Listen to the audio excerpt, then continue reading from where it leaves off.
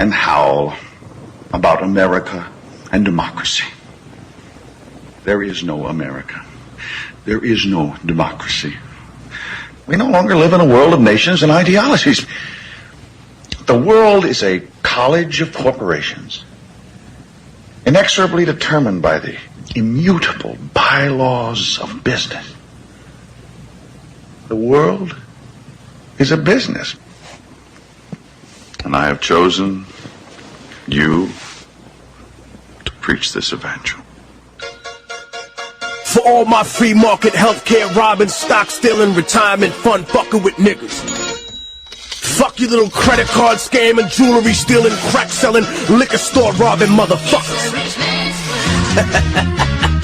Shout to the homies, Carnegie, OG, Willie Randolph Hearst, Baruch, Rockefeller, the real Rockefeller, my main bitch Leona, pour out a little Louis XIII, Scott Rothstein, Jack Abramoff, hold your head, my road shop niggas, let's get this money. I spend my day pimping America overseas, pension for the workers, nigga please, embezzlement, etiquette, private settlement, I'm better with Confederate rhetoric from my mansion in Connecticut, foreclose a big homes at the tenement, I twist words like a speech impediment, I hope you got good credit bitch, if not better get a new job with benefits, while I play golf with niggas to get cheddar with, new money buys brand new carrots, my old money bunch of great grandparents, you got grills in your mouth, I ain't mad at ya, I own every gold mine in South Africa. Thanks, baby, you made me $1 billion. Plus, I own a building for each one of my children's children. And you are live, Chris, Voice of Rebellion on UCY.TV. Welcome, everybody. This is Voice of Rebellion Radio. We are on UCY Radio, also on Real Liberty Media and WorldTruth.org. This is the Sunday night show you've been waiting for, and this is your host, Chris J. Super Bowl Sunday, 18th birthday edition version of Voice of Rebellion Radio. Tonight we are talking about a topic that I think I haven't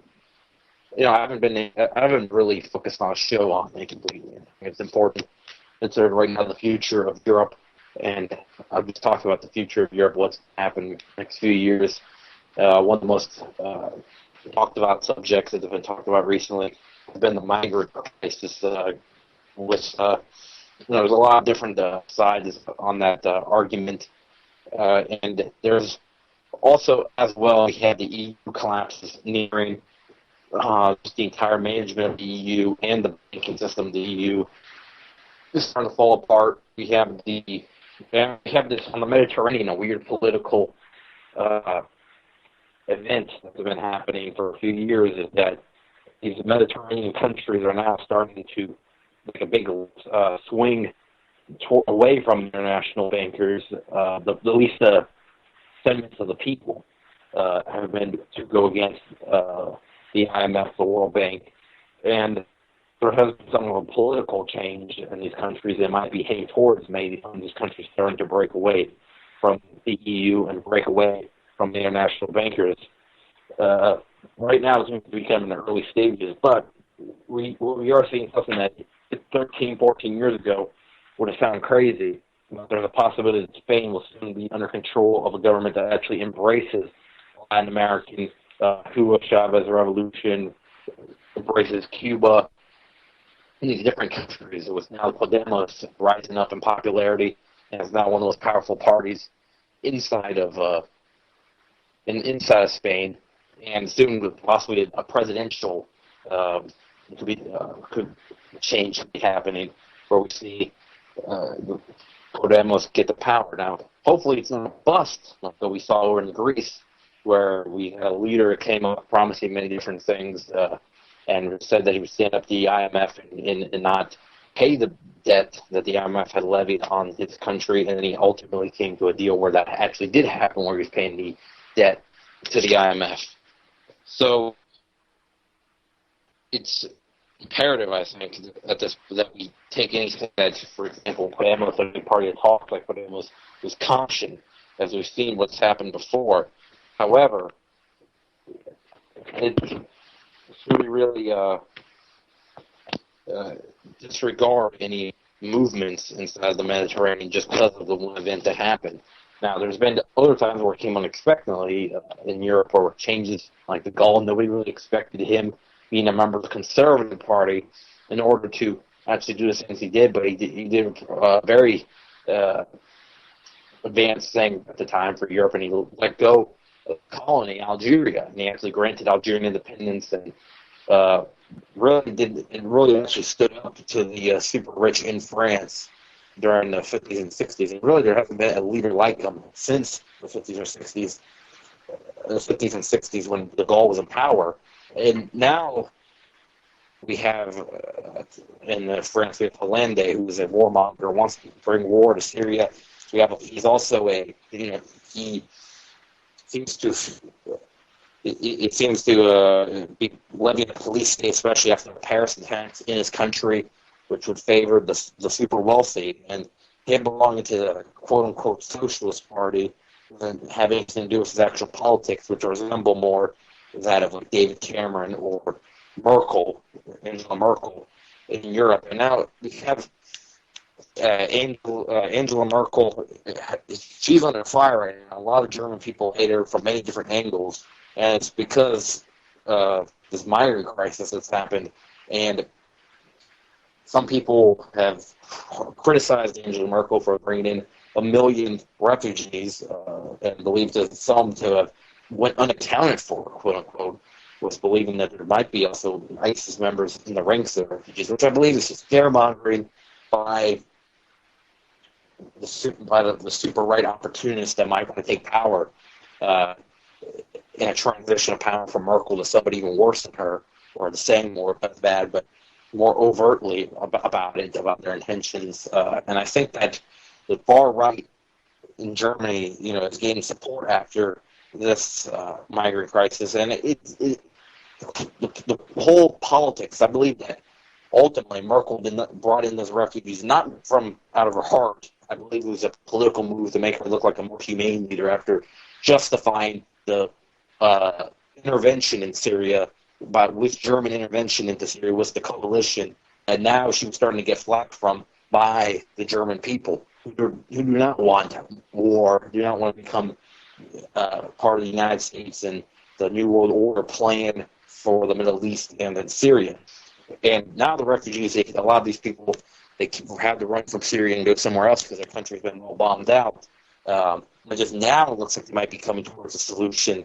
But for years, there's been terrorists that have been imported by the Western countries, and they call them rebels, but they're really mercenary terrorists.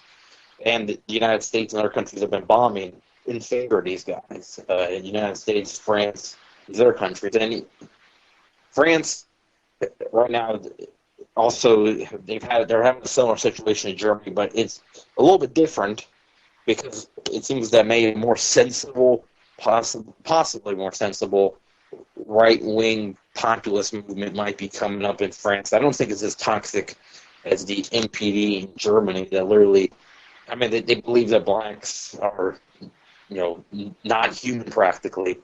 And they also think the same thing. They think the Islam should be banned from Germany, which is absolutely absurd. And of course, they're neo-Nazis.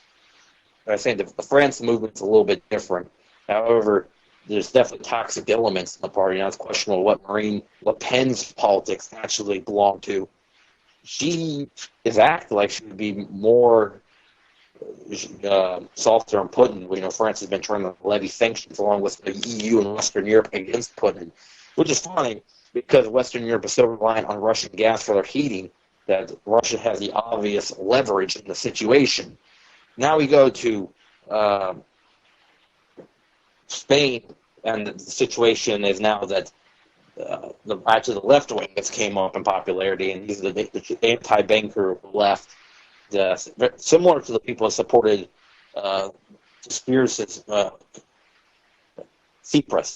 that's how you pronounce it, Tsipras rising to power in Greece. However, I think that Podemos could be possibly different, but Podemos is a party very it's scarily similar, which is the scary thing is that could become That could obviously end up the same way Greece has went. And now with Greece's failed in their country nearing collapse, what has happened is that now Golden Dawn and the neo-Nazi party there could be taking over Greece. And the fascists are coming back into they've been in power before in Europe overtly, and in modern times in Europe covertly, but now they're becoming more overt as the support in Europe goes to these fascist leaders. And the ultimate thing is that they draw them in with legitimate criticisms of Israel, legitimate criticisms of Zionist bankers made, but they really don't. They put a generic. They don't really talk about the bankers. They'll just say they'll just say Jewish money changers or stuff like that. It's which is not really a right word for it. I mean, when they're not those bankers don't represent all Jewish people, but and not all bankers are Jewish, but the German right wing, once they become in power, once the Greek right wing comes in power, once all these other right wing countries in Europe or movements in Europe have taken power, they flop on the Israel question almost immediately. Ukraine, the Civil Boycott Party, was anti-Israel back a few years ago. But now that they're actually in power in Ukraine after the United States coup, they're very pro-Israel, and Israel is one of their biggest financiers. I believe the same will happen in Germany. The same will happen in Greece if it comes down to it. They have a way of flipping these parties where they'll just change it to just be completely anti-Muslim rhetoric. And ultimately, the thing is that most alarming about National Front, and for instance, that they appear to be kissing ass to Israel as well. When they are forced to confront Zionists, they automatically start ass kissing instead of standing up. And so National Front, it seems to be another. It seems to be kind of gets lumped into the same movements as the other ones in Europe, and all of them are drawing right now on the fear of the migrant crisis. And the migrants are rapists. The migrants are ISIS in secret, as they're saying. Which, at this point, there hasn't been no events, no terror events that have been attributed to the migrants. And the migrants. There's almost certain that there's going to be a few terrorist elements in the group, but most of them should, all these people have to go back and get bombed just because a few of these people may be bad guys. And another thing is, their government's funded ISIS. Their government, German government, the French government, the British government. They were all complicit definitely in the rise of ISIS, along with the United States, who they all bow down to. Again, whatever the United States government decision is, they will eventually follow through in France and in Germany. So, and they're the ones who bombed the country where these people have to leave. And it's funny that these countries in North Africa can take in 1 million refugees, much poorer countries. But Europe can't take many, is what the reasoning is. And, I think that the situation should have been completely avoided by having a non-interventionist foreign policy, and not bombing for money like the West has done, the United States has done. I think what we need to look at is why does it seem like people in Europe are not going against the cause of the event of the refugee crisis, but they're going against the outcome when they can just cut it off as a cause.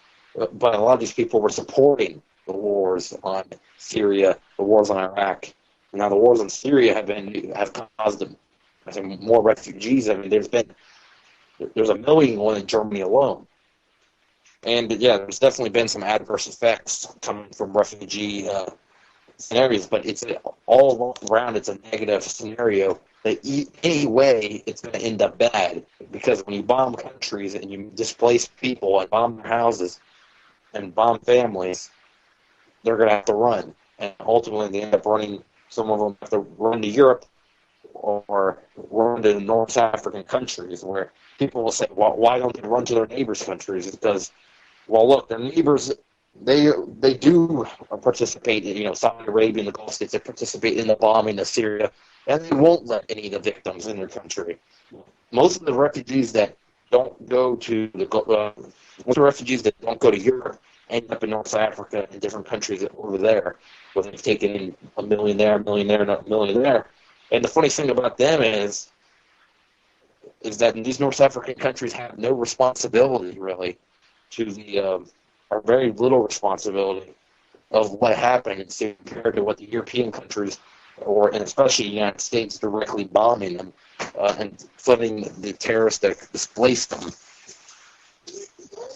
I see a lot of hypocrisy. I see a lot of just prejudice against Muslims and the whole anti-refugee movement. And there's some people that have legitimate concerns. I will acknowledge that. I even have legitimate concerns about it, because I feel that the argument can be made that this might be part of a different agenda, especially from the fact that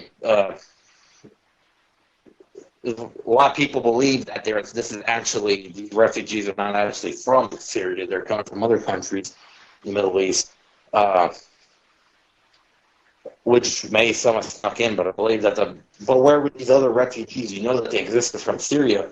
Where they're at? You know they're definitely going to try to go to Europe.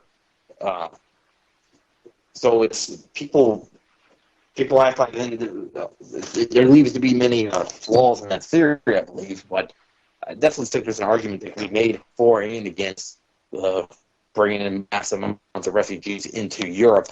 However, at this point, I think that actually this problem is not one of the problems that's actually faced. It's not causing the concern for Europeans. They're causing the biggest concern for Europeans, because what we're looking at with EU collapse is definitely hyperinflation. We're looking at a total reset in their currency, and they're probably going to go back to national currencies after this, whatever's left of these countries after the EU completely falls apart. So it's been predicted for years to happen. I mean, it's surprising it hasn't happened to this point. We're talking about 2016 here. People thought this was going to crash 2012, 2013. And no, it hasn't crashed yet. And right after the euro collapses, next goes the United States dollar. And that there's going to be a reset there. I was questioning. I think that what's going to be done is it's going to be a restructuring over the United States, but what is going to be done in Europe is questionable. Will they go back to their national currencies? I think it's going to sway a lot of countries to the BRICS bloc, or at least the people will. Now, the governments prevent these countries from doing a sensible option and joining the BRICS bloc. People will make people think that after that after this collapse, that people, or after the EU collapse, that they'll just sever off and it'll be the solution of the European Union, and that'll be the end of it. No, these countries will be in shambles after this goes, because their economies are very dependent on the European Union. The European Union is more powerful a body than you think it is. It goes down to the judicial levels, definitely goes to economic levels, and the European Union's been a failing project for at least 10 years now, of just total failure across everything.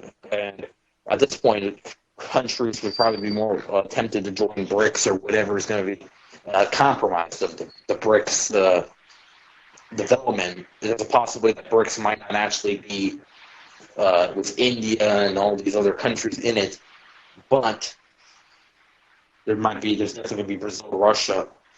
I believe there's a slight. I think India might fall out of it, because I've seen that India has really embraced Israel recently, and India has also embraced Obama and the United States government recently. So it looks like they're actually going back to the IMF, World Bank's hands, and they're probably going to drop out of BRICS. I can almost, it's almost guaranteed about that.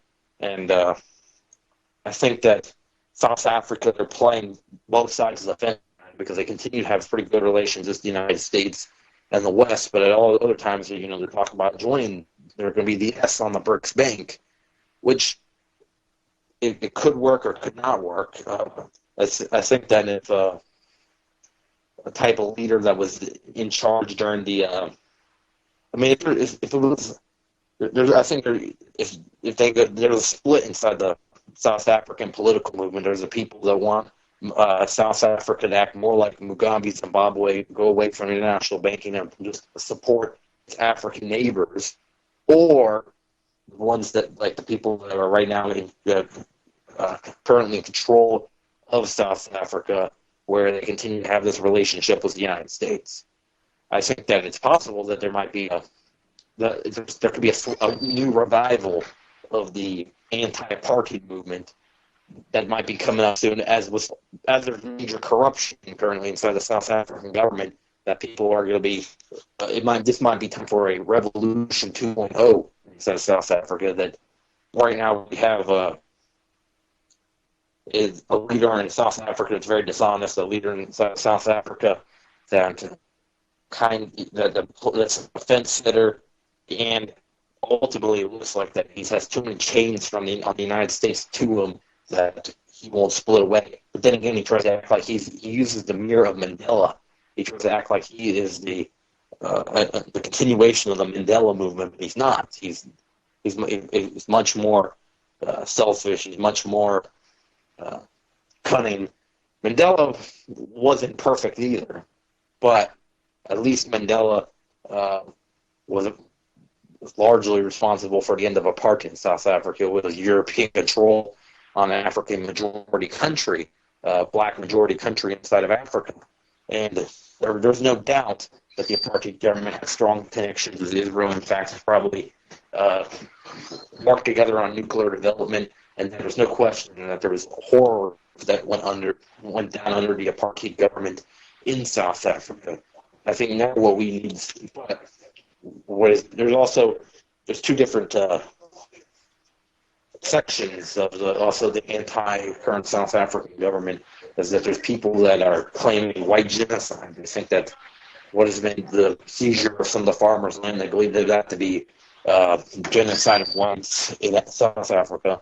And then there's the people inside South Africa that want a more stronger Pan-Africanist party in charge, which that's what I believe is the road they need to go down to, is to have a better relationship with Mugabe, and break away from the IMF World Bank and join BRICS, and that'll be the end of it. Then, of course, there's the Chinese question of because China seems to be playing their own game somewhat. At times, they ultimately end up turning on many of their allies, many of Russia's closest allies. They end up passing sanctions against them. They've turned against North Korea before. They've turned against Syria before. I believe they turned against Iran before at times. They are they play both sides of the fence as well, and they've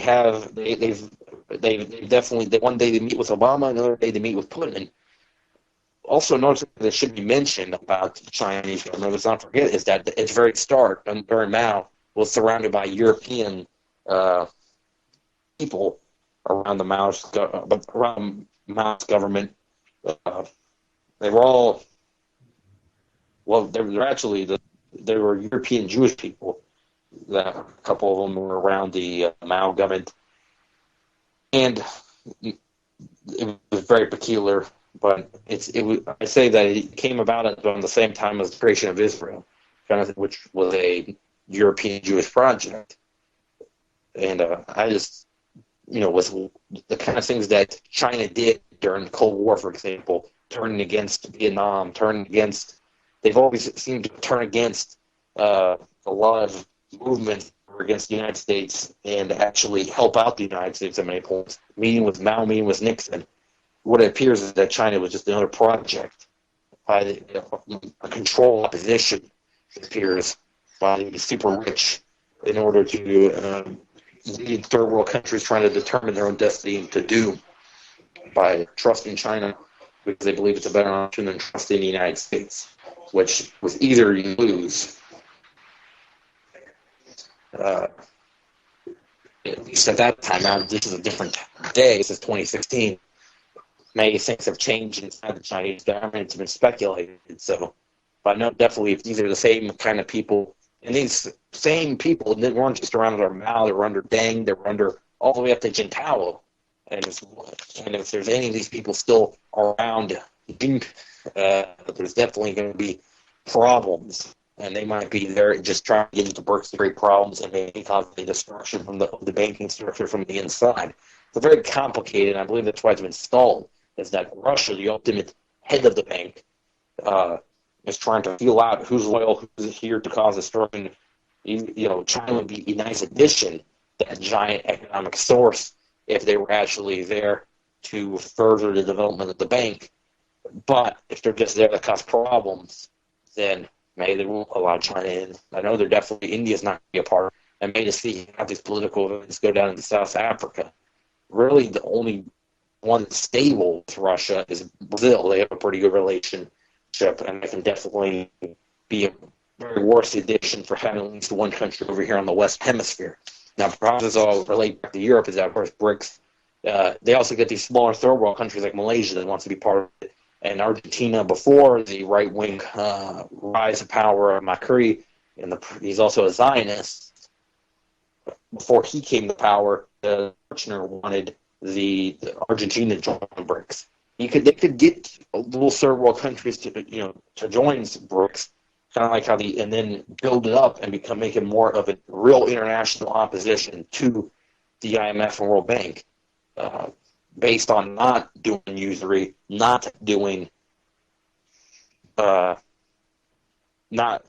leading countries to perpetual debt and owning countries via BRICS, but rather to collaborate in an effective matter of developing these countries. I think the BRICS project won't be much of a factor in South America because I believe they already have their own project, and it hasn't been fully realized yet. But UNISOR, I believe, will become active by the next year or so. And once UNISOR becomes active, then it'll be BRICS and UNISOR going against the big one, the IMF, the World Bank, and the Federal Reserve, which the Federal Reserve may seem like a United States only establishment, but it's pretty much the super rich controlling the biggest military machine on the planet, the United States, via that, the biggest military machine by the amount of money it's put into it. It is the muscle for the New World Order. However, I would say that, there's military experts who argue that Russia is a bigger military power when it comes to the strength that they have. But definitely by money put in. I think the United States puts in like 10 times more money than Russia does. And if anybody wants to call in, 718-717-8296. I think doing this show, for some people, it's definitely, I know there's some people that probably will boast they follow politics, they're into the truth movement, but they're watching the Super Bowl tonight. I'll just give a little update for you guys, because I'm not going to say that you can't do both. There's people who argue all day that, well, it is a distraction. But if you don't let it distract you and you continue to stay focused, who's going to be here to tell you what you can and can't watch?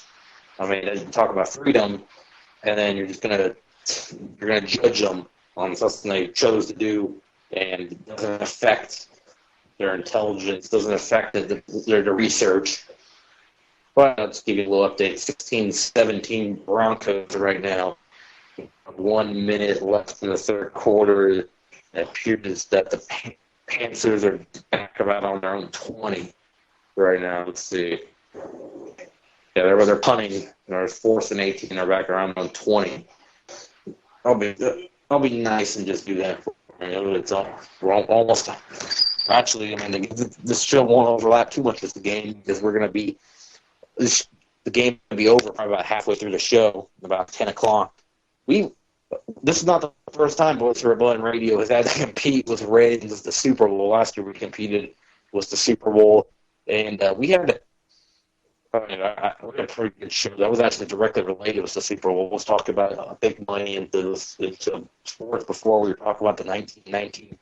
How the whole MLB season was completely derailed by some billionaire believe he was a billionaire, and his plot to rig the World Series.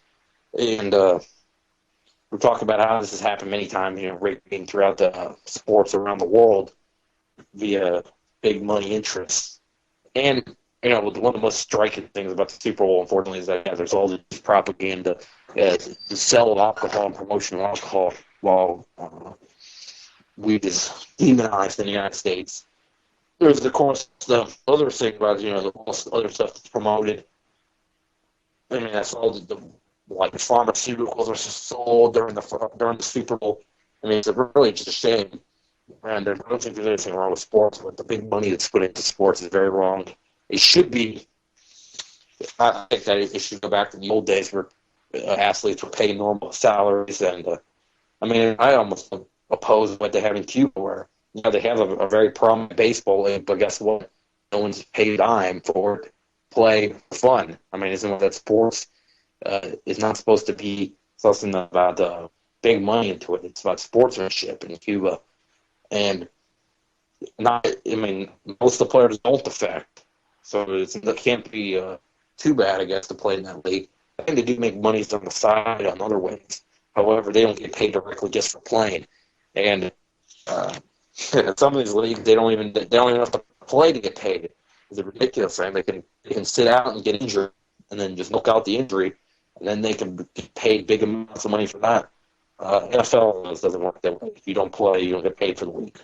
But in the NFL, the amount of money these people get paid a year just to play 3 hours a week for 18 weeks, or not even 16 weeks, absolutely ridiculous. So, in Europe, they don't, they think about it, they have their own thing with the European big soccer leagues, which there is definitely match fixing, and they get distracted. Was there Manchester United and the Barclays League they're in? And what is that? There's another league in there. They have all these super leagues, as they call them, or whatever. Which I never really got into European soccer. The only time I even root for any football team is when Colombia plays, which it's not. It's just that to me, it's like I don't think I pay as much attention to sports as I used to. I don't watch it like I used to. I used to watch the whole basketball game every night or whatever for the NBA team down here in Orlando. Over there in Orlando, I live like 100 miles away, and at this point, it's like definitely I'll be more compelled to talk to somebody about some political event that's going on or some military event that's going on. One thing that's been one of the people that's warned about a lot of the stuff that's Europe and a lot of stuff that's going to happen in the United States. There's been rumors. Don't take my word on this. Take my word on this because he hasn't said anything official. There's been rumors that Ron Paul might now join in the race, which of course the super rich establishment won't let him come in and win the race. But it would be nice to see one that's actually real. I believe that Ron Paul was actually was warning us about the New World Order and the police state.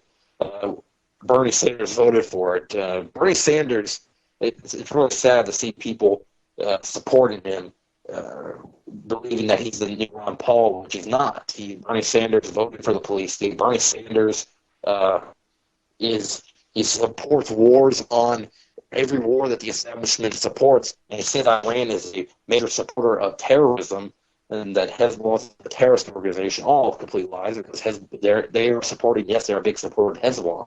And Hezbollah is not a terrorist organization.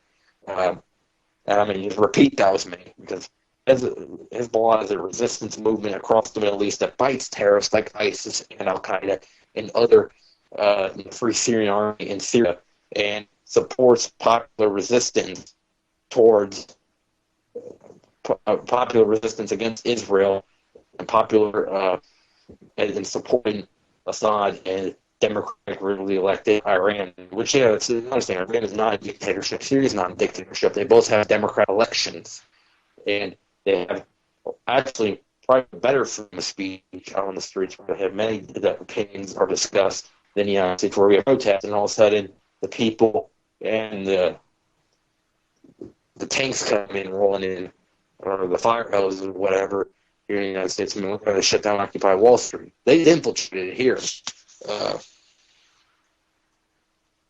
And with anyone wants to call in and give a few words, that is 718-717-8296, 718-717-8296.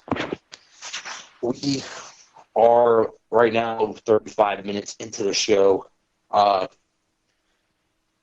we look at Europe, there's definitely, the weird thing is that Europe, its colonial past, these countries that used to be empires are now at the point of their breaking points right now, and these governments are still trying to keep the colonial status that Europe has had with new colonialism. Well, the truth is that they're no empire at this point. These countries are collapsing. These countries are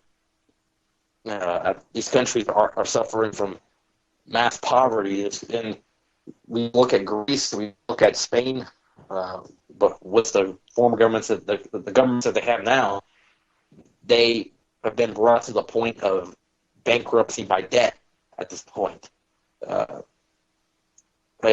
Spain could be changing soon. Greece, well, they were duped, and they have Tsipras as now the leader of the resistance against the old establishment of Greece, and now just the old establishment with a different name has taken over, and there's been talk about possibly some kind of resistance against him, but it looks like what actually will happen is the opportunist Golden Dawn will take power. Now we go over to another country, Italy. Italy's an odd scenario because now it's become a completely loyal EU country that has supports all the bombings against the Middle Eastern countries. And there was this Berlusconi was this interesting figure. Because Berlusconi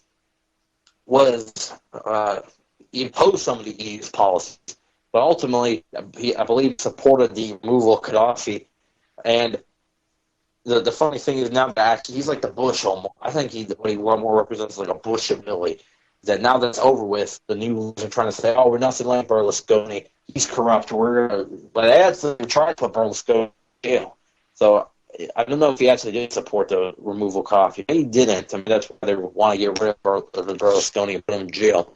Berlusconi was said that he's very corrupt, that he was a womanizer or whatever, that was, they very much have alleged that he was with many prostitutes and, party and drink and all that. And now Italy's been trying to save his face. But I think anything the government does is just a PR effort because Italy's a country that's nearing the point of collapse. The whole Mediterranean is nearing the point of collapse, and it can either go really good or really bad because the really good option is all these countries have revolution inside their country, and they put in leaders that will actually fight back against the EU. Or they could go the very wrong option, which is they put in fascists saying they'll be against the EU, but ultimately they join the EU. Like what happened in Ukraine, where they're now trying to join the EU.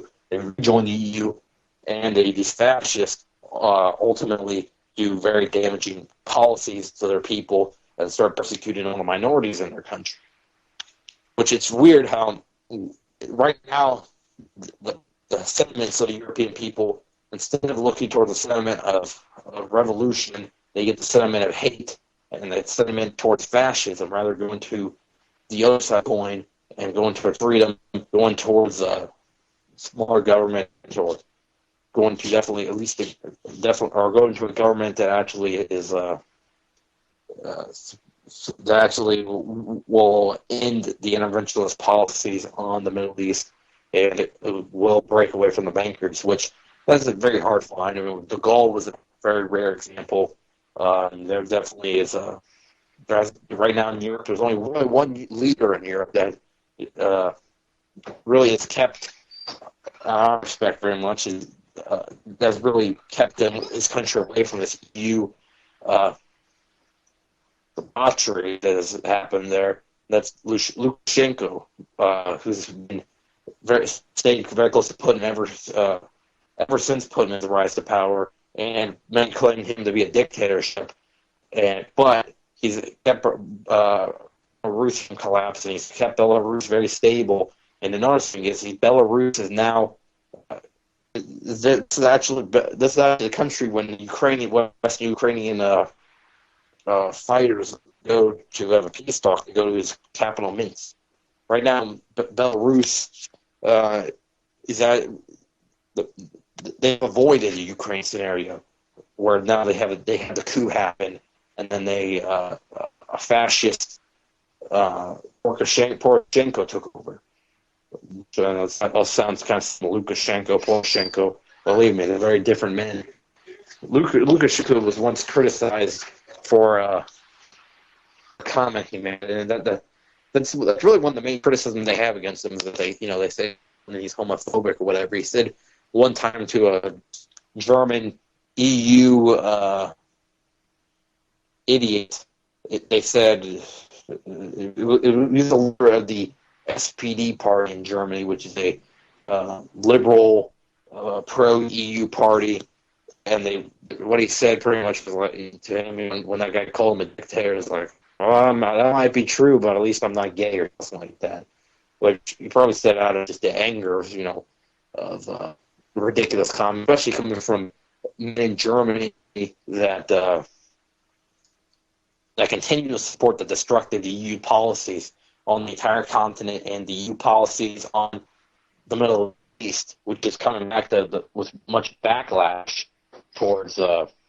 It's really everything is going against Europe by doing these policies in the Middle East, like what's expected to happen when you bomb countries. People run away from the country you're bombing, and they might pick your country to run to. And it looks, and I think, to really what Merkel has suffered from is a failed PR effort, where she was trying to make herself look humane by taking these refugees. That's actually angered the German people further. I think what we might be seeing soon is an overthrow of Merkel.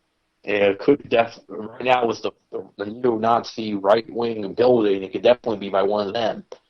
Or it could be by the leftist leftover from East Germany take over Berlin. Many things might start to change a little bit. If Germany leaves the EU, just imagine the ramifications that it has for Europe. Europe would completely change politically with its main country of the EU leaving.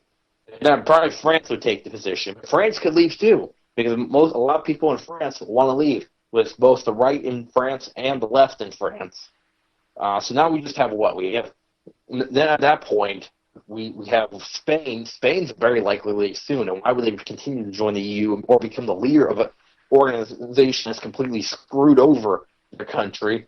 They're not going to be part of it. So what we're seeing is possibly either A, that's the peaceful end to the EU, or we see a total collapse of an organization where the bankers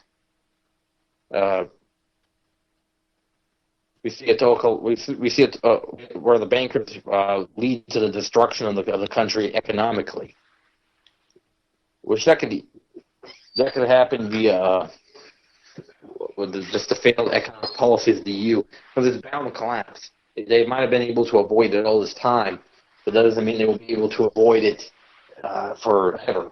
Definitely, about the next 2 or 3 years, we'll be seeing. Not even 2 or 3 years, more like this year or next year, we'll be seeing the end of the EU by collapse or by a peaceful end.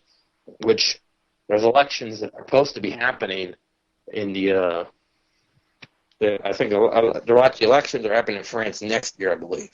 And the elections in Europe, I think, are just as rigged as the elections here in the United States, it appears.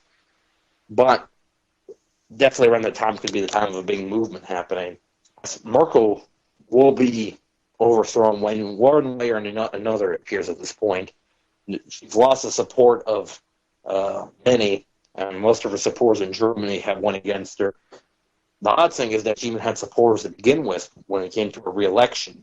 I believe her re-election 2011 or it was like 2012 was her re-election, which is questionable. Why would even somebody want to? Why would these people who know in politics of her the first term went. Why would they want to support a second term?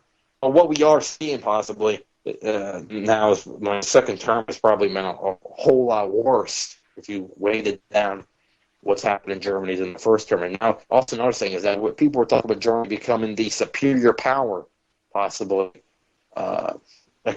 sole economic, bigger power than even made Russia, becoming one of the most powerful economic powers in the world. Now we're no longer talking about that. It's a whole different scenario for Germany.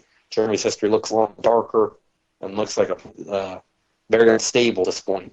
We were talking very, very different about Germany just 4 or 5 years ago, but things have definitely changed. Russia has taken its place as the country by breaking away from the destructive policies of the New World Order, breaking away from the destructive policies of the EU, breaking away from the destructive policies of these, we say, liberal politicians in Europe. Russia has went away from the direction of Yeltsin, has went into the direction of true sovereignty, true independence. I believe that ultimately the people of Europe will rise up. The people of Europe will rise up possibly, and will there? I think that definitely movements could be overthrown, it could be not overthrown. The movements could be infiltrated before they actually overthrow any leaders. But I think definitely what we're seeing is definitely a big movement is nearing in Europe as the people are angry. The people are definitely discontent with the way politics in Europe has went.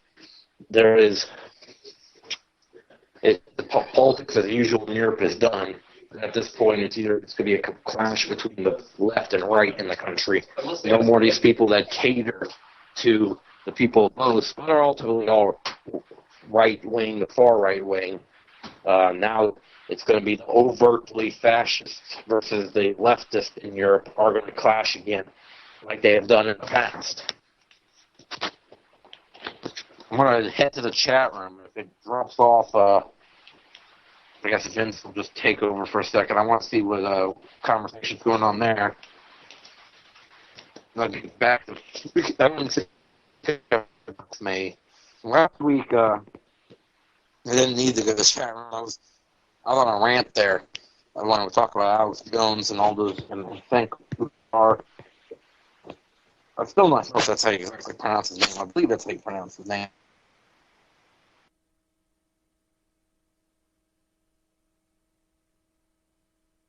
Okay, did we lose off Chris there? So, wondering about Europe. I guess the face of Europe's changing. And I don't have my mic plugged in because I wasn't thinking of talking, so I'll do that while Chris is fixing himself.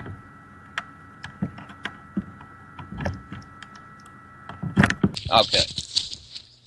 So anyways, just kind of reflecting here a little bit in some sidebar chats. About 4 years, I guess, been on the internet. So I set out thinking, you know what? I kind of know things, and I want to change the world. And I think when we're honest with ourselves, we're the ones who's changed. But one thing for sure is everything is changing. Face of Europe now with the with the migrants coming in. There's the two sides. There's the humanitarian where, hey, these people are refugees from war, and we need to be helping them, give them a safe place. But on the other hand, it's we got to have our walls to keep them out because they're different. Ultimately, it's the reason they're being brought here is because of they're being displaced, and the same people that are displacing them with the military-industrial complex are going to use a few choice ones. Maybe not even doesn't even have to be anyone that came in the migration. It could be somebody they import, and they do that all the time. But I can guarantee you there's going to be a lot of chaos down the line. You got to economize in these days for efficient war.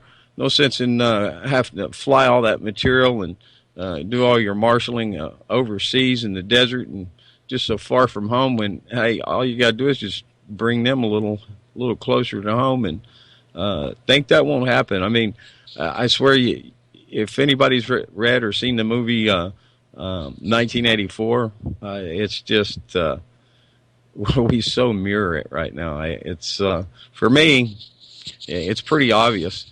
But everybody, you know, I guess I'm no exception, thinks, you know, we've got a pretty clear picture.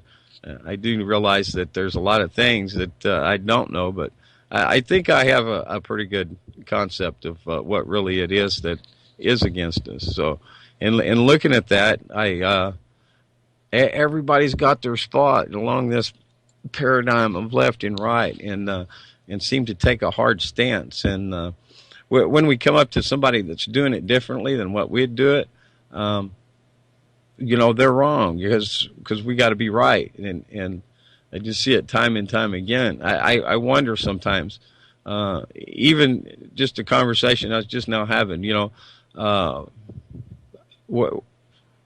you know, affect one person and that person affect another, then eventually it's so exponential it will tip it. But, you know, I really wonder, because I see and more and more people are saying this, you know, the so-called alternative is being co-opted because people are migrating out of the mainstream media. So we certainly have the puppet masters and the animal trainers for us parrots.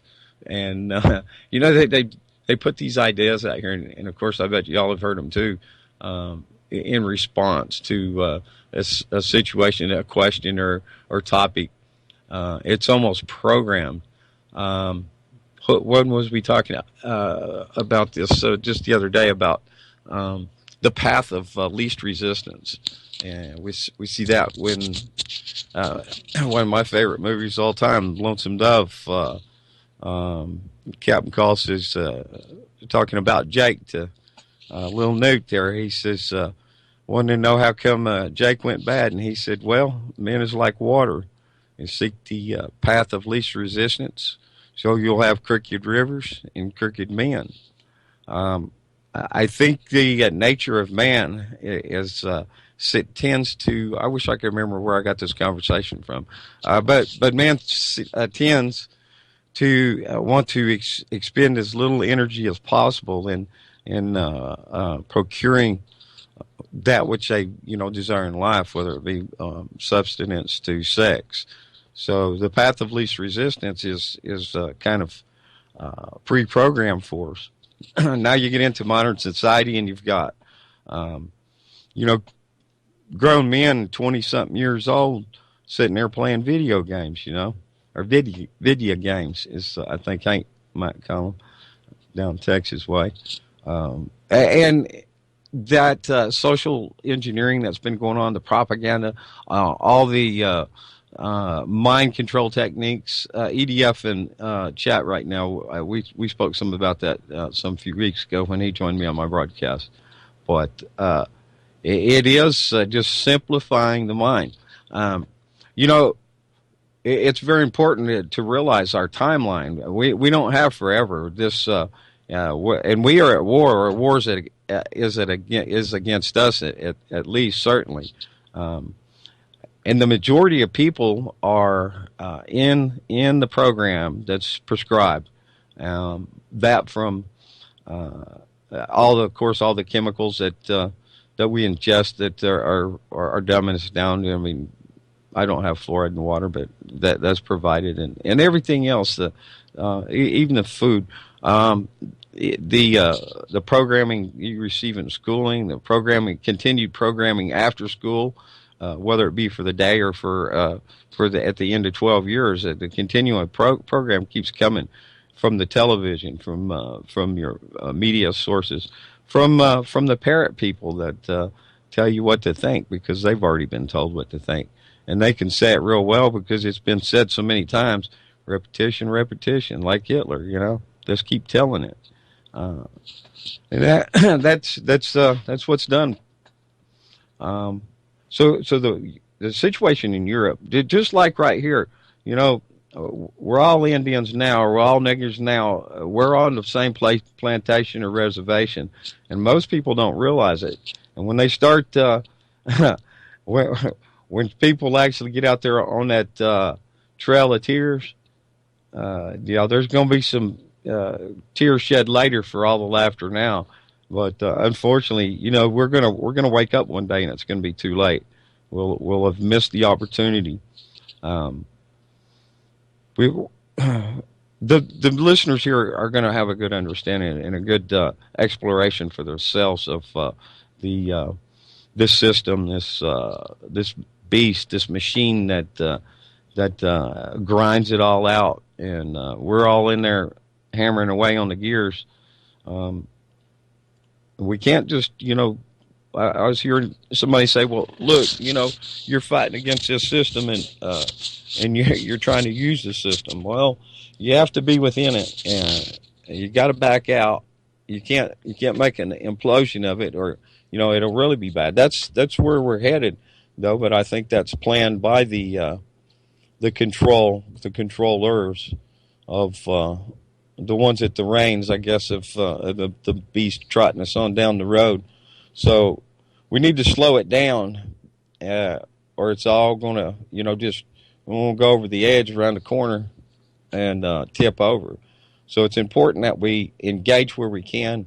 When we have the opportunity to do it a better way, or perhaps give advice or interject with others and make plans. I mean, look at Ron up in Canada. They're talking about, hey, let's start getting a paper out. Getting local papers, because with the system, you got to use it where you can. So if it means printing up flyers and passing them out, I know Dodie up there in California, she's done a lot of stuff like that. Everybody has a role they can play.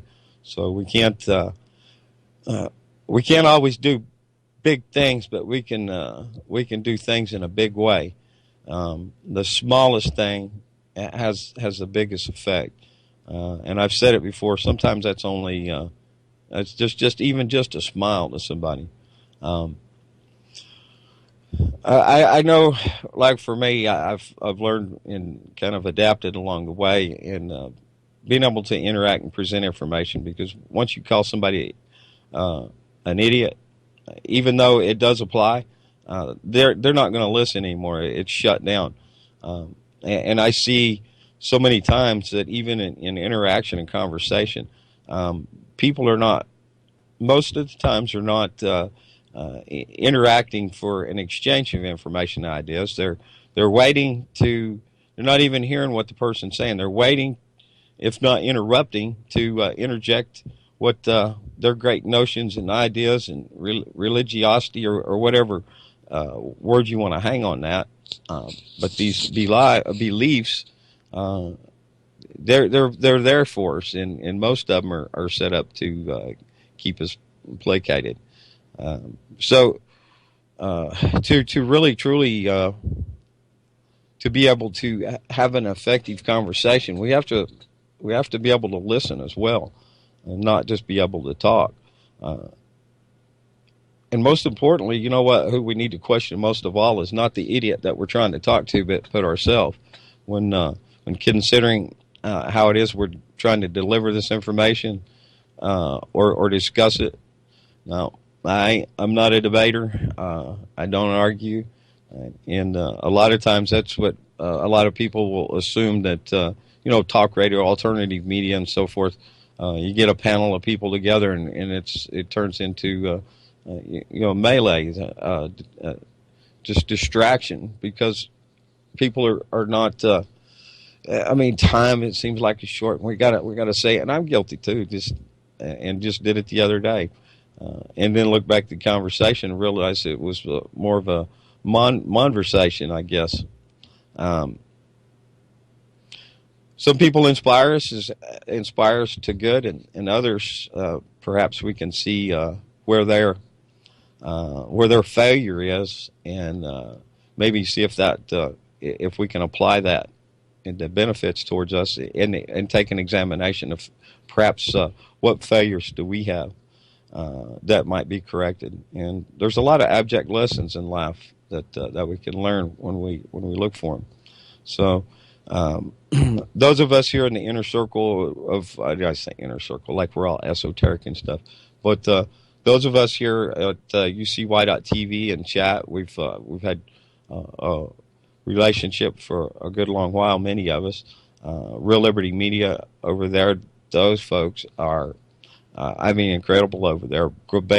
Bunch of great folks too. I get a lot of my inspiration here from both places, and some people over the last few years. I see Captain Gringo right there. That guy's provided a great deal of topic and interest for me. EDF, Michael Primer Time. That guy I love his mind. He's genius. Just real quick and. So I'm not John was here. John Teeter was here. He's generally here every Sunday. Nathan Frazier, of course, comes up here in about an hour. Live Free FM, the entrepreneur. So we've got a bunch of great folks. So we get together, and there is a good exchange. But still, I think each of us will probably agree that maybe we can do a little bit better in trying to interact with one another. If people that are interacting at the closer levels, if we fail, then what chance does the world have? I think we all need to pitch in where we can, and maybe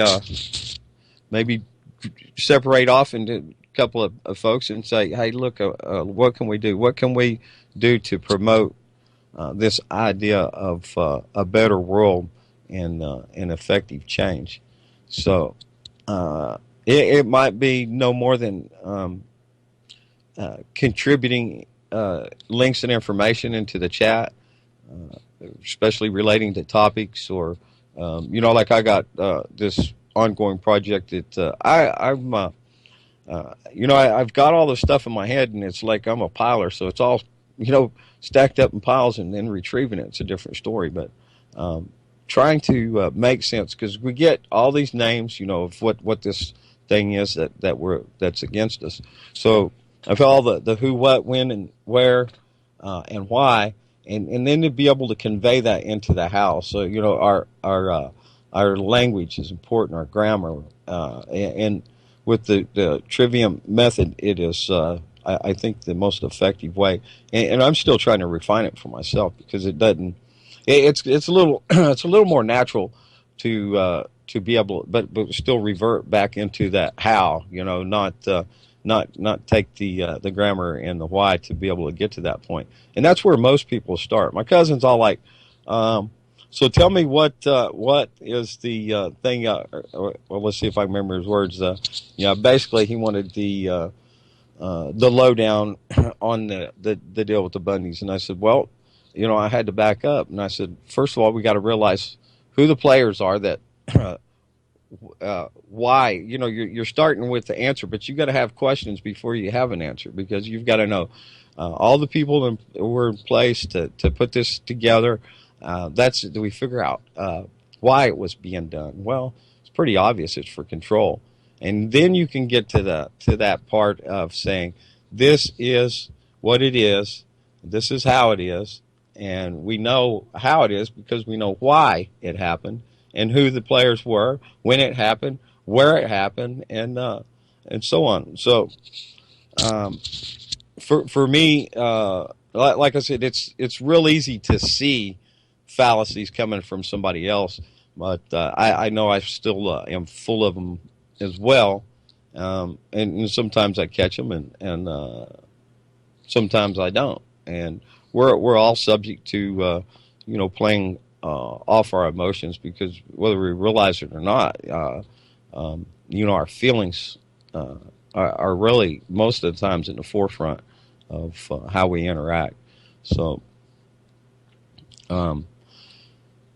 So, like I said, pitch in where you can. Some folks, I know this day and age, the economy's not so great for all of us, and some of us. Maybe some have had a windfall or a blessing, but you know, you don't ever hear anybody begging for money, and I don't take money. But I was in a conversation the other day about, well, why wouldn't you want to be paid? Well, I don't have any need for it. You know, this platform is provided. Jules right here at UCY.tv and Gramner at Real Liberty Media, Grammy over at worldtruth.org. So, yeah, if you guys, anybody, yeah, kick some coins out there. You can find the donate button. More importantly, too, if because most people do a lot of, I think, I notice people anyways buying the online stuff. I never shop like that. But the Amazon link, yeah, you can use that UCY.store, UCY TV store there on the homepage, and kicks a few pennies. And another reminder, the World Truth, Real Liberty Media, the videos are not monetized, but Jules has the videos monetized, which I think it pays like a penny per view. So UCY Radio, if you're not going over periodically, and go over and because you can check the show notes and stuff, and just verification that you know, this was a good show. If you're not a Googler, then you know, I understand. Don't worry about that. But you know, just your click on there, you know, a few pennies, it all adds up in the long run. You know, pay for the lines, the open lines right now, 718-717-8296. So if anybody'd like to join in, I'll add you right on up. I'm not even sure where Chris is at. Let me click off here to Scott, and let's see where. Yeah, he's gone. I kind of thought he was. I was here all alone. Yeah, he's lost internet or something. So I guess maybe if I go back over here and look at the banner, I doubt that. Oh yeah, I'm setting a cool post for Hal for his show today. Just I'll have to go back and look at it. So Hal Anthony, yeah, I'll be looking forward to re-listening at the podcaster page on reallibertymedia.com, Behind the Woodshed. And then again next Thursday here at UCY, we will be replaying today's episode broadcast from Hal Thursday night, and that precedes it follows Ron Stevens, Game On, and then precedes Double Cross Radio, Chuck Horton. So anyways, yeah, today he kind of subtitled all these in here, and I like the way Hal does that. It kind of reflects the topic with the end. So on a search, I'd still wish he would like give us a ping, like a keyword or something at the very beginning, and that then then with that episode, when he puts it up to the blogcaster page there, you could see that first ping. So distorted would be distorted reflectivity. The treasure has been emptied, infiltrating distortion, apparent clarity. So you had a little theme going here. Strip bare, that's a UN capital scene, aberration. And without the sense, a guy gave a box of rocks like chocolates, right? So I know Mike, SLC Mike, he's always got his pen and pad in hand when Hal's on, as do I, and probably need to not set it down as often. Hal has a lot of great wisdom. He's been called a teacher. I call him more like a professor. He's, you know, professing this information out here. He's allowing that one might find their doorway, that path to follow, and to be able to go and redress or address that which stands against these people in seats of decision. And a lot of times people will say, well, you know, you you can't be taken and work in the system and try to work it against itself. But I think there is that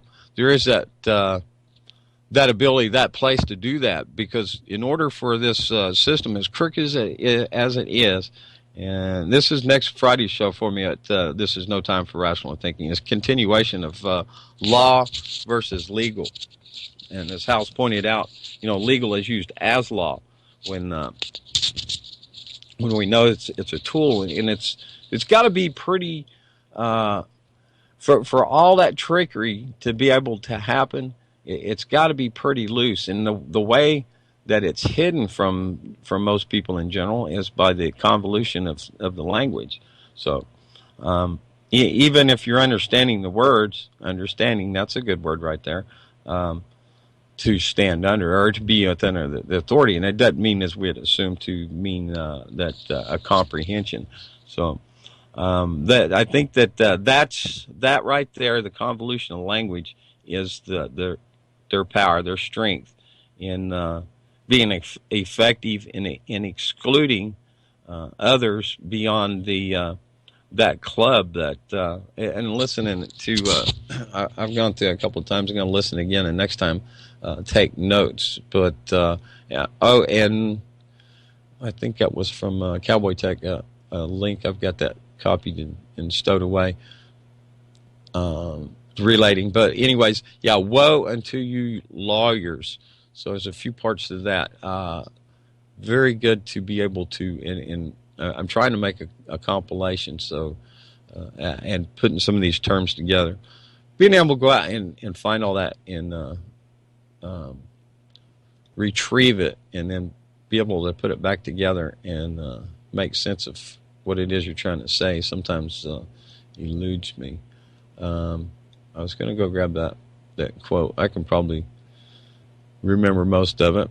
Woe unto you that withhold knowledge, to basically to keep man down, to withhold the knowledge in their control.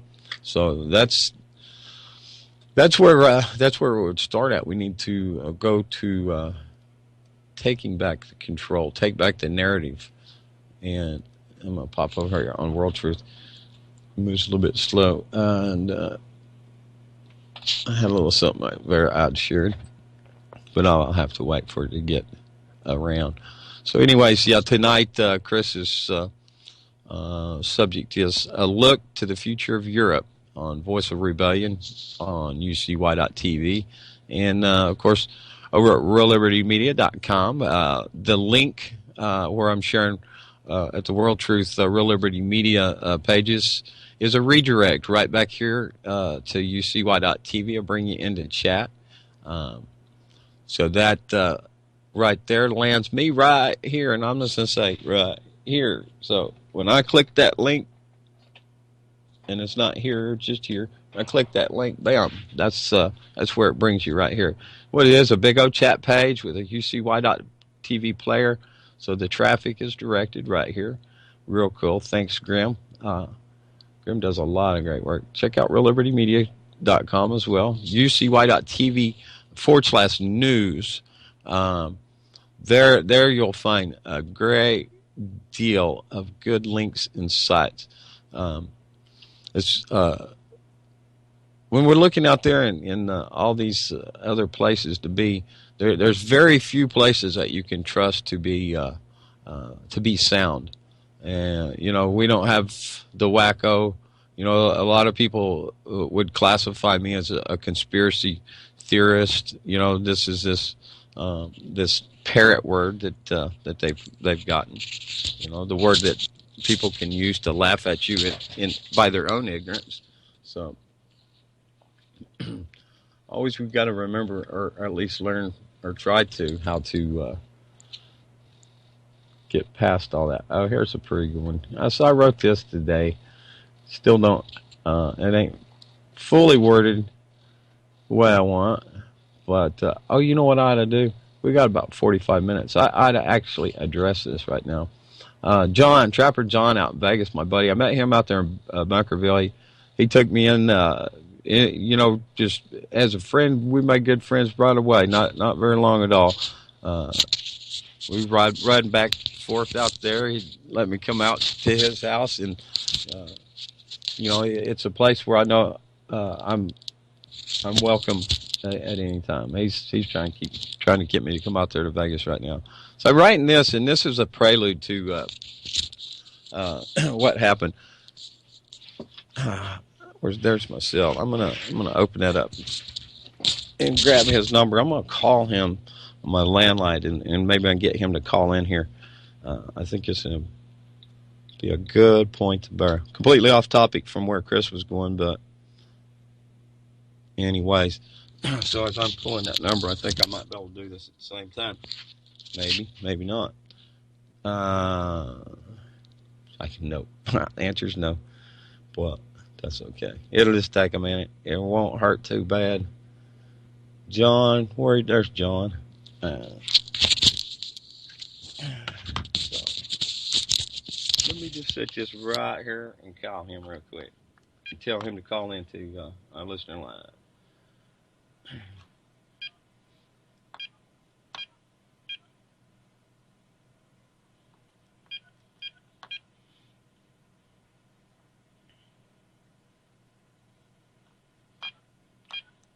I feel like I should be humming or singing like Joseph. No dead air. Da, da, da, da. No. Okay. Oh, hey, I'm talking in the phone, not the mic. Can I do both? And it's a ringing. Hey, mate. Yeah, it's still early.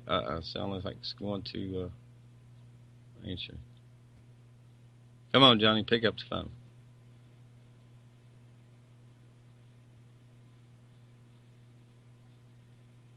Hey.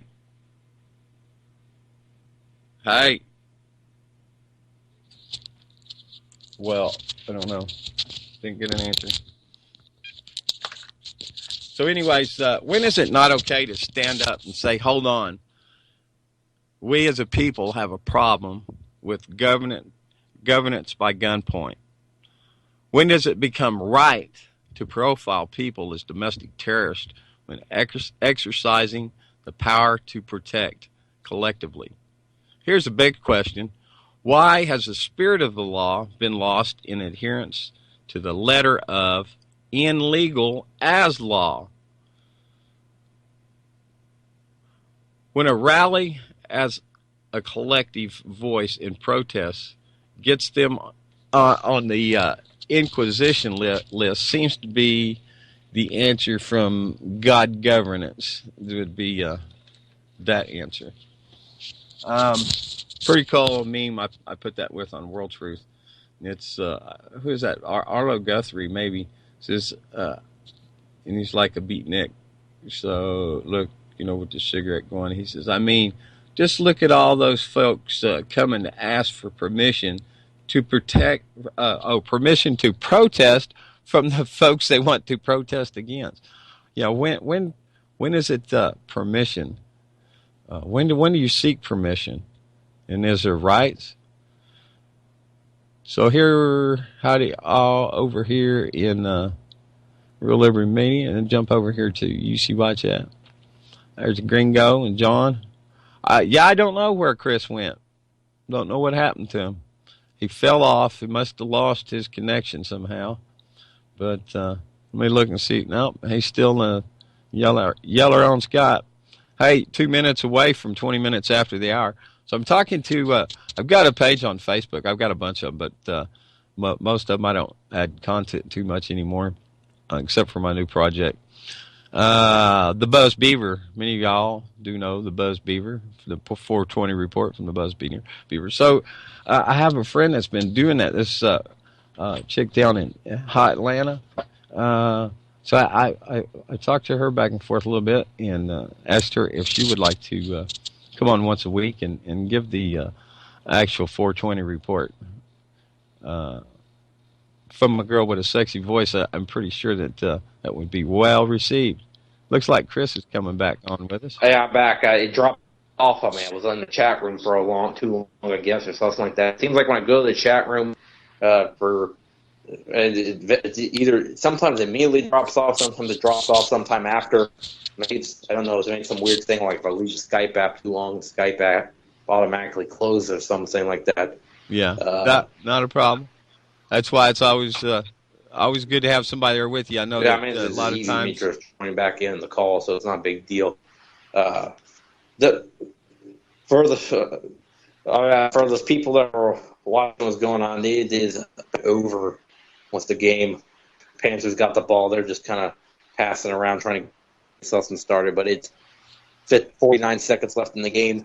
So wait a minute. I've got the Patriots. I'm not I got a big better, $50 but bet. Wait, let me interrupt you real today I quick. should have bet it. I Let's- had this prediction almost nailed down to the score even this time. I bet it. I was saying 18-12. That's a little bit bigger victory than that. Well, I got I know there's $50 people on that are the watching the Patriots. show and probably watching the game or listening to the show at the same time. It's also odd the fact that there's been the split between this populist right and his leaders in Europe. For example, what we've seen was we've seen Trump. I mean, has pretty much disowned Merkel, even though they used to be pretty good friends. He's talked about the refugee crisis or whatever, which has been the thing he's fed off of. But the truth is that he's part of the same super rich that have been able to be opportunistic about the refugee crisis. And Trump supports the same policies that lead to a refugee crisis. It's like people think that the Ron Paul supporters are so crazy by just saying that, they prevent refugee crisis automatically by not going to war. But apparently not going to war in many of the minds of the brainwashed Americans is not an option. The truth is that it's the direct result. And right now, I think that people there might be some people that they're bad characters that snuck in using the guise of a refugee, and I think we'll never get to the bottom of. It might be very hard to get to the bottom because there's many different sides to this. But what actually, if anything, agenda has been pushed forward by the refugee crisis? Because I don't really buy this whole cultural destruction or whatever thing they're trying to say. They're trying to hand Europe to the Muslims or whatever. What does that exactly do for their New World Order? I think it's more so there's an agenda behind it. I think it's more like that. Yeah, this is to create fear inside of Europe in order to bring about these fascist Zionists into power and continue. While people believe that there's been some kind of political revolution in the countries, they've really have brought in an even worse, the same, just as bad as the leaders before, and more overt about it, about the level of the authoritarianism and the level of the fascist, the fascism that these leaders are about. We're talking about, the Golden Dawn. We're talking about the NPD in Germany, was just the National Democratic Party. It's kind of weird is that they just take names in right there was the fascists, the stuff that are not socialist, they're not democratic. It went from the National Socialist Party, National Democratic Party, and it's the dupe people.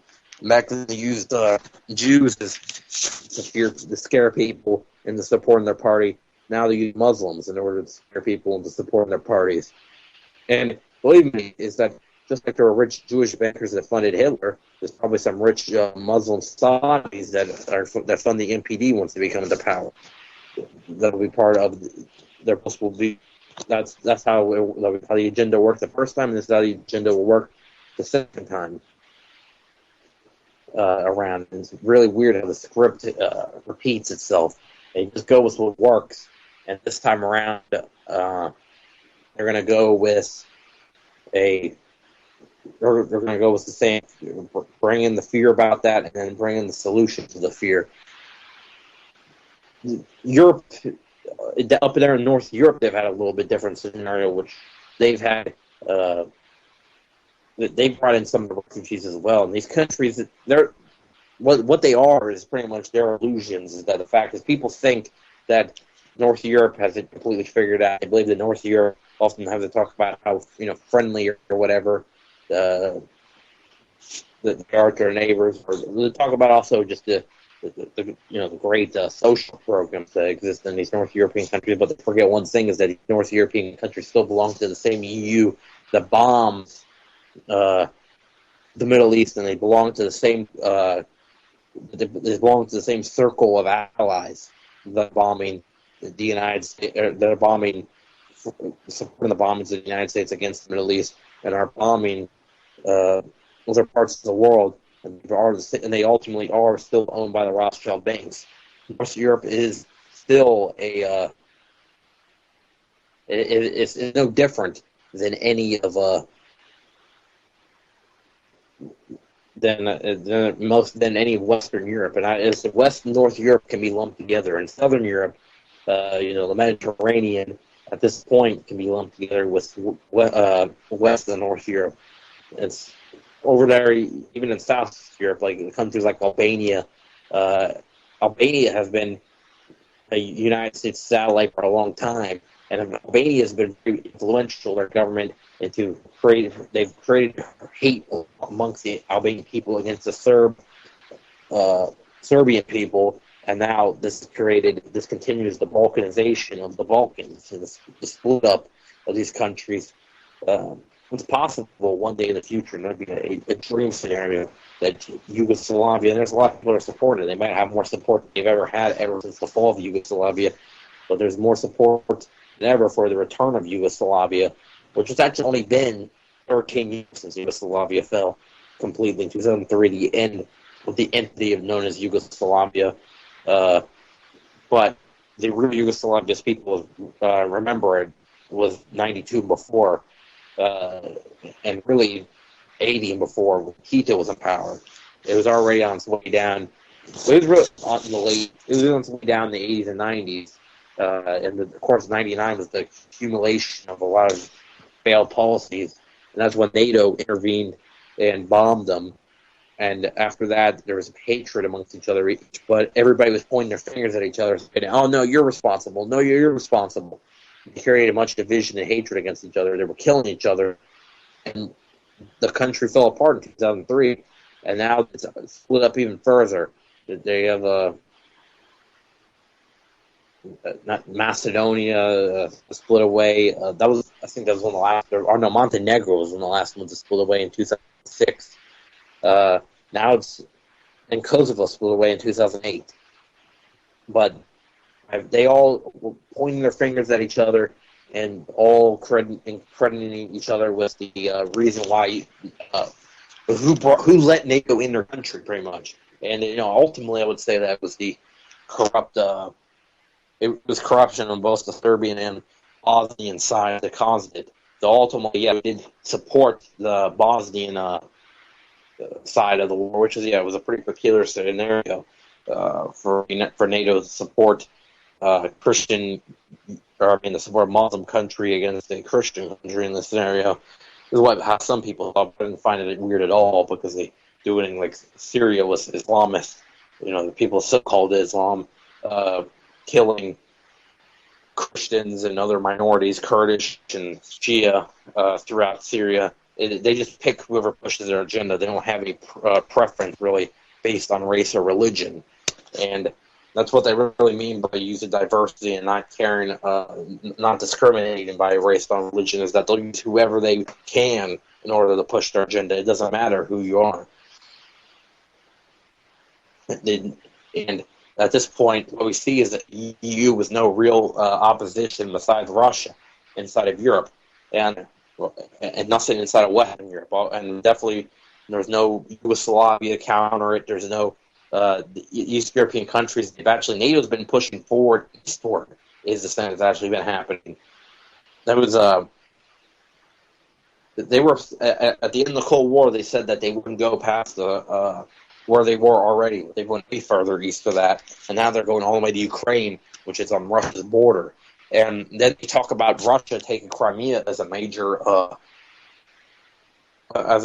problem. How about the fact that Crimea voted 90% in an open democratic election to rejoin Russia, and all these other countries that they're denying to independence to, they voted overwhelmingly for independence or to join Russia, which they want. Russia won't take them in.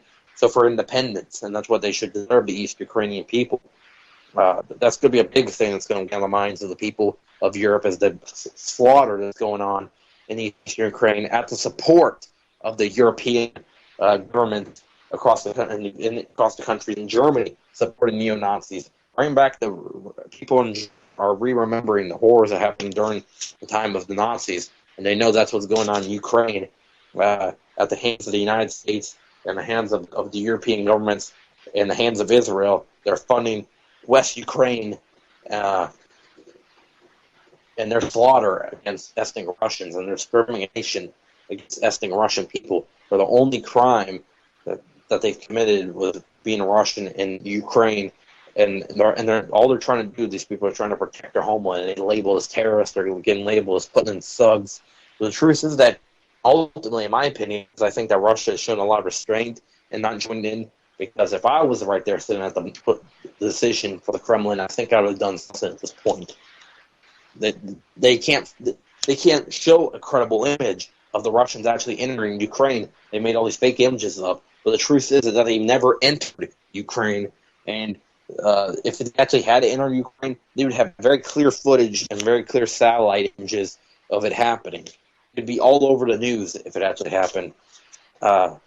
They create this false narrative against Russia. The truth is that Russia is all they're doing is protecting the Russian people, and they protect inside of Crimea, and they're trying their best to be a humanitarian support, which that's all they've been proven as doing with the East Ukrainians that are fighting for independence inside of Novorossiya and the East Ukraine. Lugansk and Donetsk are in shambles. The airport completely destroyed in Donetsk. Massacres have happened in Donetsk and Lugansk. In Odessa, the terrible massacre where women, pregnant women, were killed. The whole building was set on fire with many people inside of it by the West Ukrainian side. We have people that are carrying around pictures of Hitler, Nazi salutes, walking around West Ukraine, funded by the United States government, the Azov Battalion, massacring Russian people inside of West, people that just speak Russian inside of East Ukraine, and causing fear inside of West Ukraine, causing fear of people that want to rebel against Poroshenko, but they're too scared because they have these thugs on the streets inside of Kiev and in other cities across West Ukraine. They have the Azov Battalion, have many other battalions. I mean, you see these pictures actually with these with one of these battalions. They literally had I think it was a United States flag, a SS flag, and a NATO flag all together, or something like that. And then, or the other times they'll be, they'll have Ukraine, Israel. I mean, obviously they're being supported by Israel. They're being supported by the United States. They're being supported by Germany. They're being supported by the West Ukrainians. They're being supported by all these other countries in the EU, and this they're inflicting terror against the Russian people inside of the ethnic Russians inside of East Ukraine. They're inflicting terror on the East Ukrainians trying to defend their homeland, and it's left Putin in a very tough spot because, as a leader, with people, his own people that have that live over there right across the border in Ukraine, people that speak Russian from Russia, or people that weren't born in Russia, but they speak Russian, very close to the Russian culture, being killed. It's very hard for him not to go in there and do a military option and just take out Poroshenko militarily. However, they'll probably lead to War III because guess who's going to be waiting for that to happen? Guess who's been waiting for a long time because then the United States can act militarily against Putin. They've even had paratroopers inside the United States training, and they're paratroopers, I think. They've had mercenaries inside of Ukraine. The United States has its own military presence, and they talk about Putin's military presence, which is a myth. And then the United States, what's not a myth, is that their military presence is in Latvia, in Estonia, it's in Lithuania. The truth is that these countries that are on that border with Russia, they're not only that, they're festering again anti-Russian sentiment. They allow in these countries SS veterans to march promoting Nazism. They have these people promoting Nazism. They have people promoting Nazism to 3-year-olds and stuff like that inside these countries, because that's what's been festered. That's what's been brought about by the think tanks in the United States to create hate again towards Russia, because it became very convenient for the agenda, because Putin has broken away from the New World Order. Putin has broken away from the political agenda of the rest of Western Europe, and now they're going to try to make Putin pay for it. But Putin is ready. Putin has played the chess game pretty well, and I think that what we are seeing inside of what we see in there's been many scenarios across East Ukraine, and Putin is calm about it. We've seen also in Moldova, which just to make it short, and yes, it's a real country and the United States satellite, and they occupy one of people that want to be free there, the Transnistria or whatever, the small sliver of land. But Transnistria has been they've been politically close to Russia or whatever. That's another country that just been, it's not talked about. It's talked about very little. But I think that ultimately, I mean, you look at it, is that the Crimea thing gets automatically canceled out by the fact that Transnistria, but Crimea also gets canceled out by the fact that 96% of them was the will of the East Ukrainian people, will of the democratic will of them was to join Russia. Now part of the Russian Federation, and people are still refusing to accept that, the West, but they must accept that at some point, because they're just denying themselves. They're in denial. They're denying themselves reality by acting as if Crimea is not part of Russia. Now it's been part of Russia for almost 2 years now. They put it in March 2014 to join Russia, and ever since that, it's been they call it one of Putin's military ventures or into Ukraine, which there's no evidence that he actually crossed into Ukraine. He crossed into Crimea, but that's it. And Crimea was necessary because that place is 65% ethnic Russian, and the West Ukrainians were marching in there to create more horrors for the people of ethnic Russian descent inside of Crimea. We see what has Russia and Belarus and these other countries are also making a big alternative to the European Union. I think that, what this could be. The Eurasian Union is a banking and possibly in the future maybe a military/political union that's going to be with Belarus. It's going to be with Kazakhstan. There's going to be Armenia, and I think Tajikistan. Yeah, I know these countries. They almost sound made up, but yeah, these countries exist. Are going to be inside of the Eurasian Union, and point of these countries. Well, and the point of this, I think, is for eventually. I think Putin is trying to make an alternative to the European Union. Maybe an alternative to BRICS, possibly. Maybe BRICS doesn't work the way it should work. This is his salvage to it. This is his lifeboat, just so he doesn't have nothing when there's a potential failure with the BRICS. I'm not saying BRICS is going to fail, but I'm just saying that there's some very big concerns with it, and it might be delayed for a long time. Definitely, that seems to be what's going to happen at the minimum, is a long delay of the creation of the BRICS Development Bank, just because the fact that there's the Indian question there, the Chinese flip-flopping on Russia's allies.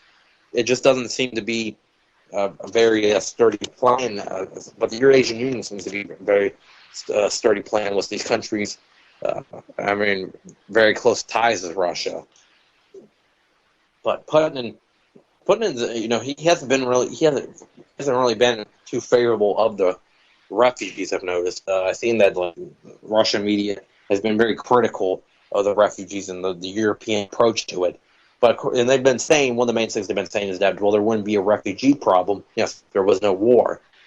but they've also, talked about some of the behavior of some of the refugees inside of Europe, and how the Europeans have treated a potential threat, and just kind of disregarding the potential threat that the refugees might have against the European countries.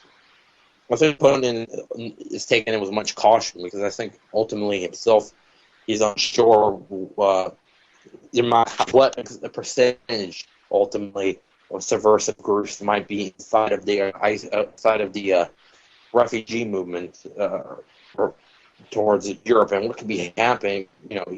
You might see it, or what refugees might be sent his way might be the ones that would create mass problems inside of Russia. I mean, Russia has to be careful. They had the Chechen wars. They had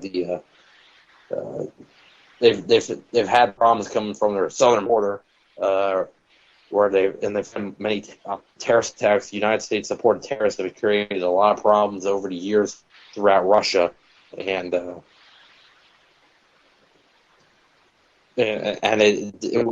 what people have said that these refugees might be, the United States plans. Putin takes it with much caution, and he plays like a chess game and feels things out, and then he actually acts on it. I think.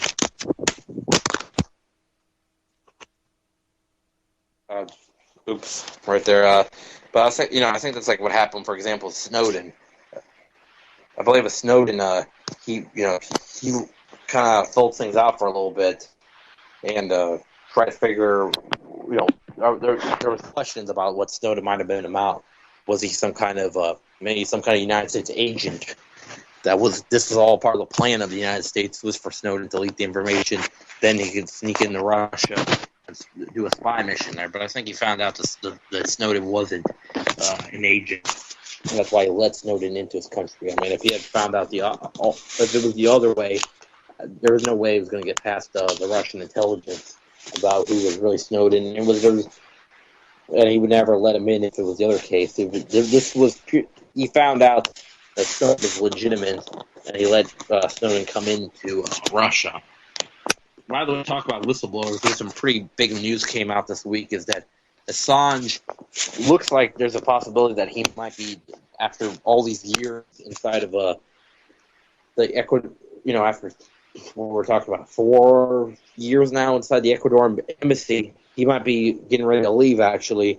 The UN ruled in his favor, I guess, is what they're saying. There was a UN hearing or something about Assange, and they ruled in his favor. London, of course, is pretty angry, and they're not going to. I think they're pretty much saying that they're not going to recognize the results of it, and the also the other people that are pretty angry. I say the Swiss who don't. They are trying to get Assange into their country so they can extradite him to the United States, but now they can't. Not necessarily that they can't, but that now they'll be frowned upon, I guess, for doing it. The thing was, Assange, they made a phony case, the Swiss, because they are very closely connected to the United States. The United States is trying to say the United States and Swiss made up pretty much as a lie. Was it Switzerland? I think it was Switzerland that was trying to extradite him to the United States, but Switzerland was trying to say that he needed to go to a court case inside of their country in order, because they say that they had rape accusations against him inside of Switzerland, which they found out was completely fabricated story. There was he had never committed rape, and they had one little thing of evidence. It was a condom, apparently, that didn't even have his DNA on it. There was Assange. It was the truth was, of course, they were just trying to. The United States wanted to get hold of him one way or another. It's a little bit harder because he's not in the United States and he's not an American citizen. But with an extradition to the United States, he could be sent to Guantanamo Bay as people deem him a threat to national security. The United States government deem him a threat to national security, And with WikiLeaks, it's funny how many people in the United States will demonize him, say that he's a terrorist or whatever.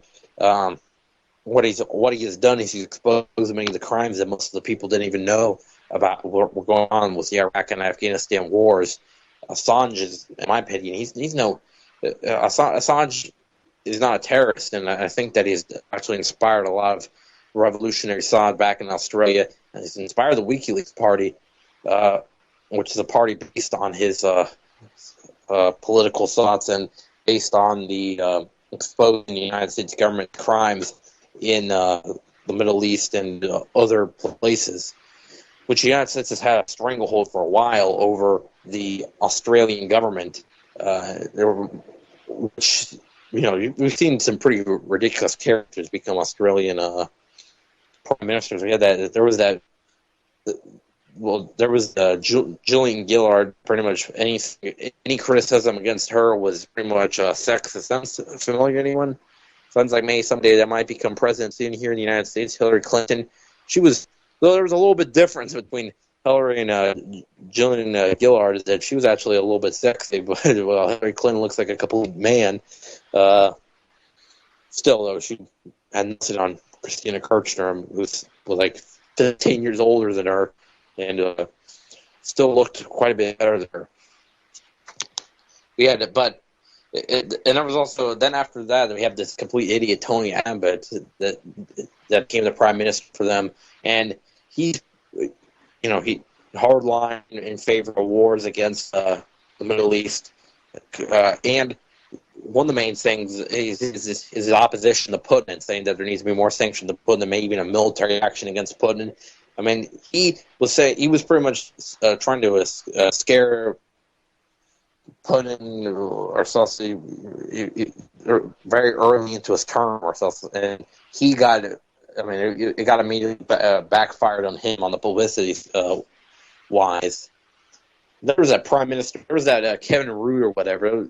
He was pretty funny because he would go on the Twitter, and then he would put apparently he put like posts like he was almost like he was like a teenager or something on Twitter, but he was the prime minister. His policies were completely idiotic, but he definitely had a little bit of charisma, I guess, at least on the internet. But it seems to be the same playbook over there in Australia. Literally, I mean, that's a country that was literally founded by British criminals that went over there. I mean, I'm not knacking on the whole concept of Australia as a country in general, but I'm just saying that that's how it was formed. I mean, British criminals were sent over there, and then they eventually formed their own country. And nowadays, I guess the British criminals, the worst of them must have became the leaders, because now you look at the Aussie government and it's despicable. And the fact is that how easy they're able to lie to their people. I mean, it's like in other countries they try harder with the illusion, and it's like in the United States and Australia they don't even have to try very hard. Europe, I can tell in some of the European countries they try pretty hard with the illusion. They do many steps and many psyops in order to try to push their agenda without the people being revolting against it. But I think people have woken up in Europe maybe quicker than the people of America have woken up. People in the United States, I think, are starting to wake up, but it's going about a bit slower rate. I mean, Europe, they've already had the revolt of the people in Greece against the bankers, the big movement, but they got fooled by Tsipras and thought that Tsipras was going to bring about the big change, and it didn't happen. And I just left open for Golden Dawn opportunism. Then there's also in Macedonia. There's the anti-EU Macedonian nationalist movement that was happening, and the people who are sick of it, of the EU interfering with their politics. And they were also, partially sick of the migrant crisis. What they didn't like is that they didn't like, they believe their country is being overloaded by migrants, which, they're another country that has a population of like 4 million people or whatever, and they're trying to push on them 2 million migrants. And there was a country that doesn't even have they don't even have a Rothschild bank. They never they kicked out the Rothschild bank, Hungary, and I saw that Kevin Orban had pretty much walled in the country and told people, told the migrants that they weren't allowed to come into his country. Well, he made very he pretty much said he won't take in any migrants. There'll be zero migrants coming into Hungary, and taking a very hardline stance. I think that Hungary might have some. They might have taken too harsh of a stance. I think that some refugees should be taken in by European countries, but I think they need to go through a little bit stronger checking process than they do, especially Germany, where they just seem to let the gates open and just let them come in. I do question the whole what's the true agenda behind it, because of course that these leaders aren't doing it from a humanitarian perspective. So what is this? Is this a PR effort that they're doing? Is it the stop to further backlash from the people about their policies in the Middle East, or is it an even more sinister policy in order to create fear and terror inside their country so they can bring about even more destructive and authoritarian policy onto their people? That's also possible. If anyone wants to call in last minute, 718-717-8296, 718-717-8296 if you want to call in last minute. We have about less than 10 minutes left of the show, and Europe's future is definitely going to be brought out the fact that people wake up to the fact that the bankers are behind the problems of Europe, not the migrants, not the different minorities inside of Europe, I think the bankers are trying to bring up a certain ideology inside of Europe, and it's fascism. But people will blame. They'll even go as far as say communists are what is bringing the downfall of Europe. They'll be saying that the or even people, the white nationalists or whatever inside of Europe, are going to say just generically Jews, and all Jews are responsible for the downfall of Europe, which is erroneous. I mean, Zionist bankers are causing a lot of problems inside of Europe, but not every Jewish person inside of Europe is responsible for this sudden, down turn for the worse, really, that's going on in Europe. I mean, it's literally just a few years ago they were talking about how the bright the Euro's future was. They were talking about how bright Germany's future was. They were really talking about the Euro's future, just about a few years ago, maybe 10, 15 years ago. They were talking about that the Euro had a very bright future ahead of itself, and that it would become the most powerful currency in the world one day. Now it's a much different story, and the Euro is probably the most fragile currency in the world, even more fragile than the United States dollar. The ruble, that people were talking about how it was near collapse in '98, and that Russia as a country itself might be nearing a collapse. Well, look how Russia's roared back, the ruble's roared back, and their country has roared back under Putin. Putin has actually been able to, has reclaimed the country from the oligarchs. Putin has been able to reclaim his country from the big bankers that were part of the big bankers restructured his country during the 90s. Remember, there was Goldman Sachs and other big bankers were part of pretty much the big auction that was happening in his country. A big sale. There was a big sale that was going on of the country, and it was pretty much on sale to the highest bidder during the the mid 90s. They were just selling off the economy of Russia, and then Putin took it all back, put those oligarchs in jail, and gave the economy back to the Russian people. And that's why Putin is supported by 90% of his people. Now, if all of Europe had leaders like this, it would be a much different world. If all of Europe was inside the BRIC circle, I think that might be the future for a lot of countries inside of Europe. Not all the countries will go in the right direction in the future, but maybe a lot of the Eastern European countries will join the BRIC circle and realize that's their only option in order for any bit of a constructive future. Otherwise, they're going to continue to be influenced by the politics of the West. They're going to continue to be influenced by the economy of the World Bank and the IMF. South America learned a long time ago about breaking away from the banks and break away from the United States imperialism. I think that people think at times that the United States imperialism and the New World Order control only affects the third world, but they also control the first world, and while they create suffering for the first world countries as well, and that Europe is also a victim here, and the European people are a victim here, and that ultimately that the European people will have to have a rebellion of their own, like they did in South America, or they tried it in a few countries in Africa, or they've tried it in Southeast Asia in the past. Europe will have to have their own thing.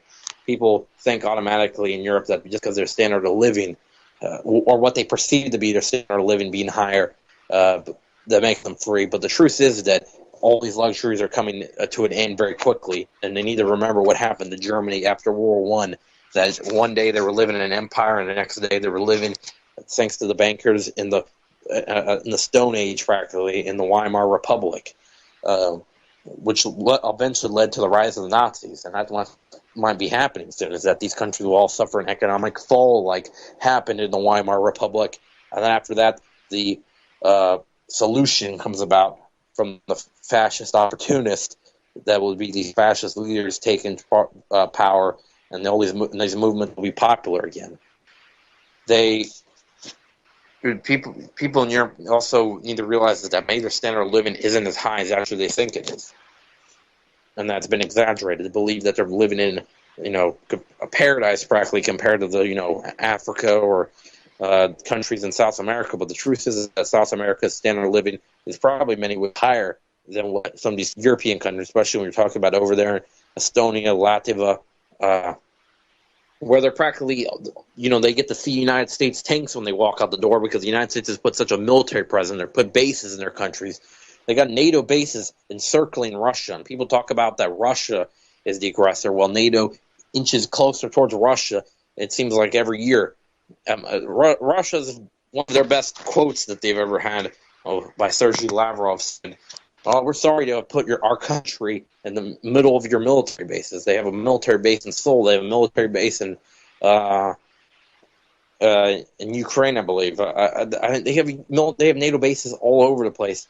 And NATO is pretty much an extension of the United States military, and the New World Order military is the better way to put it. NATO is pretty much just a collaboration of all the New World Order militaries, not just the United States, but the lesser powerful ones that are controlled by the big bankers, such as Germany, such as France, and they're also in there. And just remember that all the other NATO members, besides the United States, have nuclear weapons.